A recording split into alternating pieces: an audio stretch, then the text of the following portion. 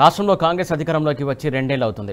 హైదరాబాద్ తర్వాత వరంగల్ నగరాన్ని ఆ స్థాయిలో అభివృద్ధి చేస్తామని ఉదరగొడుతున్న ప్రభుత్వం ప్రకటనల వరకే పరిమితమవుతోంది. రెండేళ్ల క్రితం మొదలుపెట్టినటువంటి వరంగల్ బస్టాండ్ పనులు ఏమాత్రం ముందుకు సాగడం లేదు. తాత్కాలికంగా ఏర్పాటు చేసినటువంటి బస్ స్టేషన్లో కనీస సౌకర్యాలు లేక ప్రయాణికులు ఇబ్బందులు పడుతున్నారు.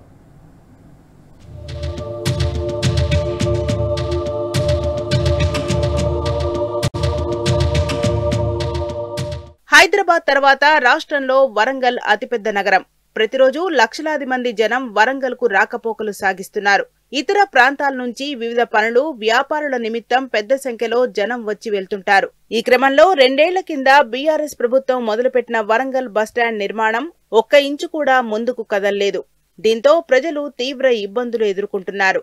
ఒక పక్క బస్టాండ్ నిర్మాణం జరగ్గా మరోపక్క తాత్కాలిక బస్టాండ్లో సౌకర్యాలు లేక అవస్థలు పడుతున్నారు.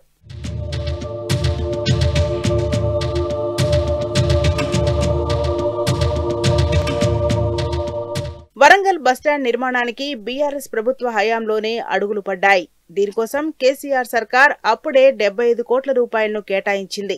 మొత్తం 35 ప్లాట్ఫామ్స్ తో 5 అంతస్తుల్లో బస్టాండ్ను ప్రతిపాదించారు. ఈ క్రమంలో కొత్తగా ఏర్పడ్డ కాంగ్రెస్ ప్రభుత్వం పనులకు శ్రీకారం చుట్టింది. కానీ రెండేళ్లవుతున్నా పనుల్లో ఎలాంటి పురోగతి లేదు. రాష్ట్ర మంత్రి కొండా సురేఖ నియోజకవర్గం అయినప్పటికీ బస్టాండ్ పనులు ఎక్కడికక్కడే నిలిచిపోయాయి. అటు సర్కార్ తీరుపై జనం ఆగ్రహం వ్యక్తం చేస్తున్నారు. ఇంత పెద్ద చెరువును తవ్వి కొన్ని వందల వేల లారీల టిప్పర్ల మట్టిని అమ్ముకొని కొన్ని కోట్ల రూపాయలు గడించిళ్ళు. మరి అంత మేరకు కూడా ఎంతైతే అమ్ముకుంటే డబ్బులు వచ్చినాయో అంత మేరకు కూడా పని జరిగినట్టు ఇక్కడ కనబడతాం లేదు.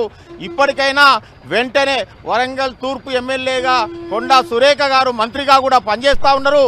వారు శ్రద్ధ తీసుకొని రాష్ట్ర ప్రభుత్వం పైన ఒత్తిడి తీసుకొచ్చి యుద్ధ ప్రాతిపదికన ఈ బస్టాండ్ నిర్మాణాన్ని చేపట్టాల్సిన అవసరం ఉంది. ఇప్పటికైనా కాంగ్రెస్ ప్రభుత్వం వెంటనే వరంగల్ బస్టాండ్ నిర్మాణాన్ని పూర్తి చేయాలని ప్రజలు డిమాండ్ చేస్తున్నారు.